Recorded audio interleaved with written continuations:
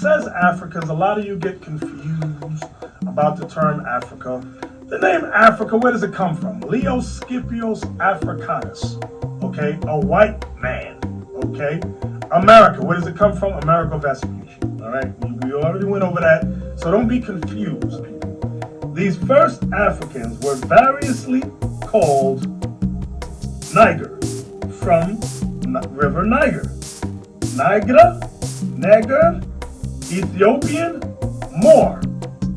Niger, Niger, was pronounced not Niger, which is Niger, but nigger, Nigger. So the word Niger is pronounced not Niger, but nigger, Nigger. That's how Niger is pronounced nigger.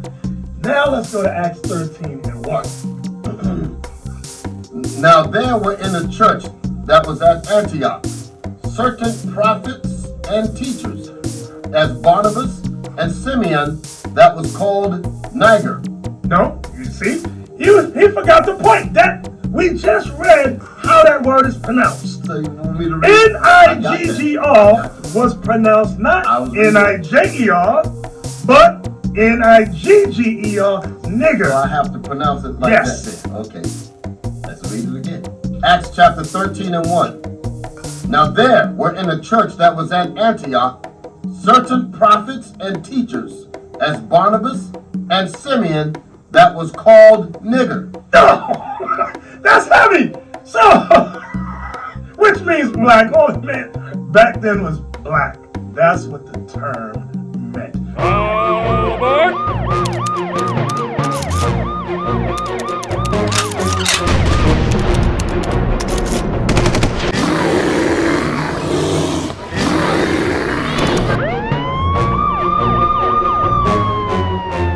Equals the government over business, the individual over government, the environment over everything.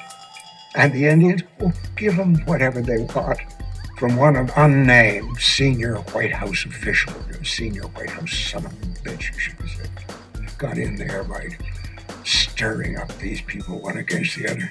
Never fails to amaze me what a man will do to get an Oval Office. I did try and fuck her. She was married. Huge news there. Oh no, Nancy. Yeah, no, this was, and I moved on her very heavily. In fact, I took her out furniture shopping. She wanted to get some furniture. I said, I'll show you where they have some nice furniture. I took her out furniture. I moved on her like a bitch, but I couldn't get there. And she was married. And all of a sudden, I see her. She's now got the big phony tits and everything. She's totally changed her look. I'm going to use some Tic Tacs just in case I start kissing her. You know, I'm automatically attracted to beautiful. I just start kissing them. It's like a magnet. And when you're a star, they let you do it. You can do anything. Whatever you want. Grab them by the pussy.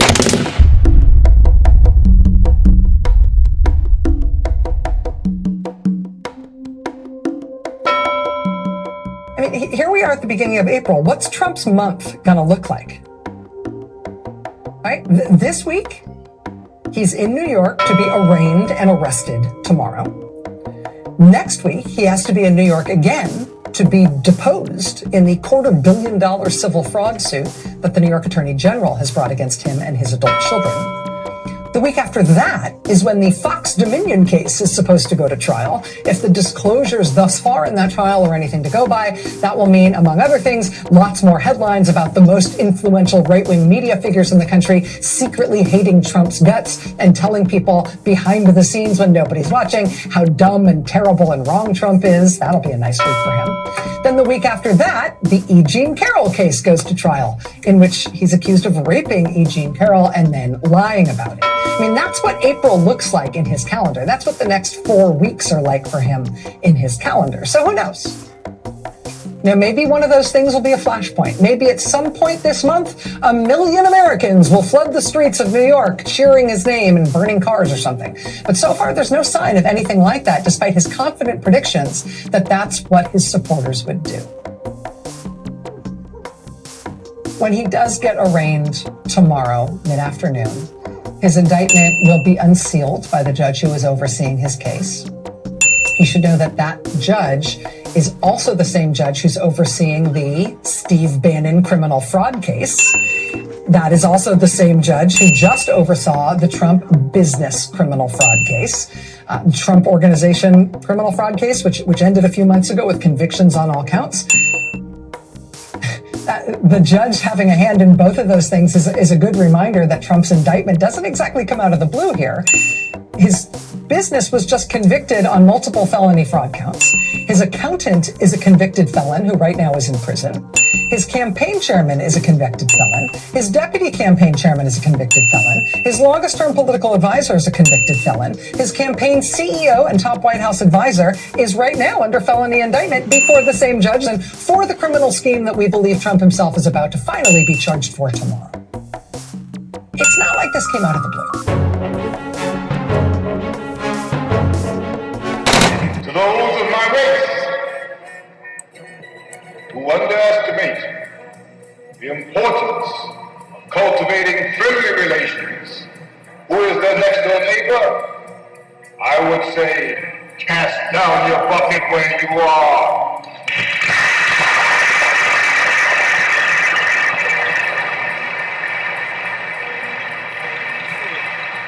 Cast it down by making friends in every manly way of the people of all races by whom we are surrounded.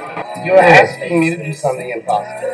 You're asking me to take the will for the deed. I don't know what most white people in this country feel, but I can only conclude what they feel from the state of their institution.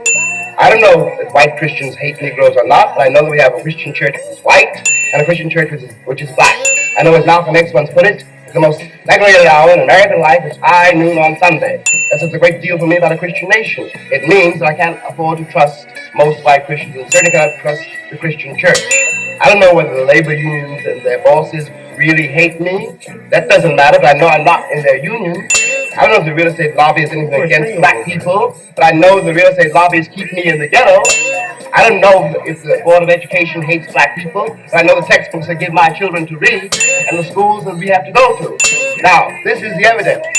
You want me to make an act of faith, risking myself, my wife, my woman, my sister, my children, on some idealism which you assure me exists in America, which I have never seen.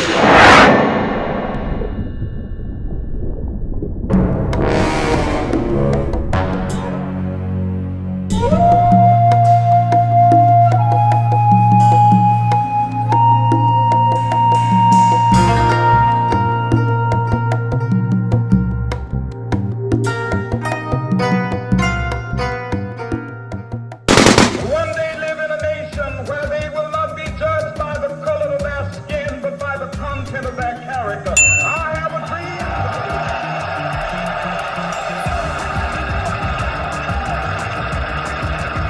I have a dream that one day, down in Alabama, with its vicious races, with its governor having his lips dripping with the words of interposition and nullification. One day right there in Alabama, little black boys and black girls will be able to join hands with little white boys and white girls as sisters and brothers. I have a dream today. In order for you and me to devise some kind of method or strategy to offset some of the events or a repetition of the events that have taken place here in Los Angeles recently, we have to go to the root. We have to go to the cause.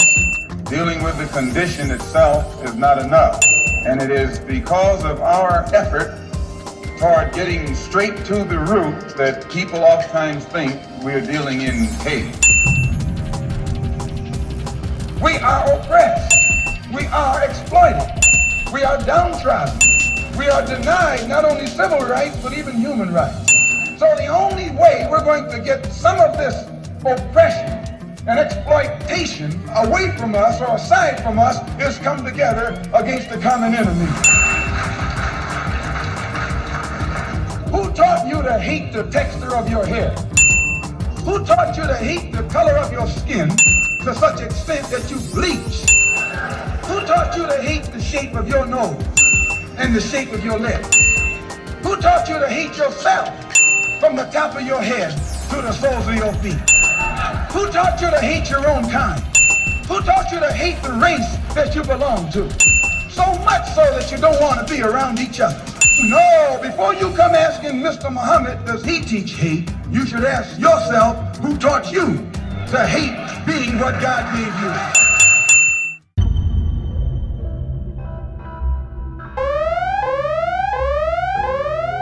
Something terrible happened here.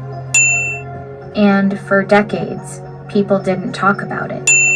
I was an adult before I ever heard about it. It was something that was hidden. This entire historic community was obliterated. Bodies dumped in rivers, bodies dumped in mass graves. It was an absolute massacre. This story isn't one you'll find in most history books.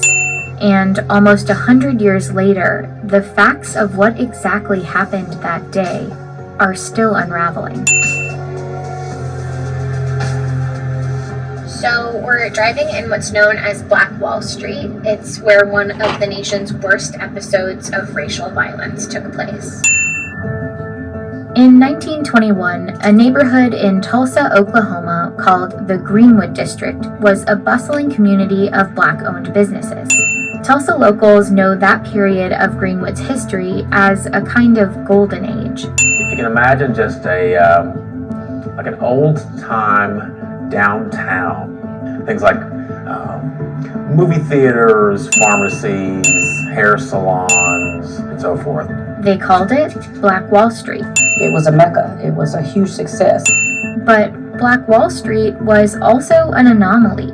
It thrived at a time when the KKK was incredibly active in Oklahoma, and the nation had just been through the Red Summer of 1919, when white mobs murdered Black people in dozens of incidents across the U.S. There needed to be a sort of match or an igniter tossed on these embers. And that trigger event was an incident that involved two teenagers, Dick Rowland, 19-year-old Black boy who shined shoes downtown, Sarah Page, 17-year-old white girl who ran an elevator in a downtown building called the Drexel Building. He went to the building, boarded the elevator, something happened, and Sarah Page began to scream. They both ran out of the elevator. Now, we don't know exactly what happened in this elevator, but a day later, Rowland was arrested and taken to the courthouse. The local newspaper ran an article claiming Rowland had assaulted Page. Even though Page refused to press charges, the article was essentially a call to action for whites. A large white mob began to gather on the lawn of the courthouse. Dick Rowland was in jail on the top floor. A number of Black men, several dozen, marched down to the courthouse to protect him, some of them armed. There was a struggle between one of the Black men in the small group and one of the white men in the larger group, and things sort of went south from that point. Hundreds of white people descended upon Black Wall Street, armed. Black residents withdrew behind the railroad tracks that marked off the Greenwood District. Some of them were armed and fought back, but they were outnumbered by the white mob, which shot their way through. The white mob murdered, they looted, and they set fire to Black Wall Street. This was the strategy, if you will, of how to deal with these communities, with these successful Black communities. The effects were disastrous. For 2 days, the Greenwood District burned. Martial law was declared, and the National Guard was brought in. By the time the massacre ended, Greenwood was in ruins. More than 1,200 homes were destroyed, and 35 blocks burned. The exact number of casualties is harder to pin down. Some initially only reported that white people died. Others reported somewhere between 30 and 100 mostly Black casualties. But estimates now put that number closer to 300. As for those that survived, thousands of them lived in tent cities in the months that followed, and were left to pick up the pieces of rubble they once called home. I really don't have anything to say. I think the shit speaks for itself. I'm going to bed.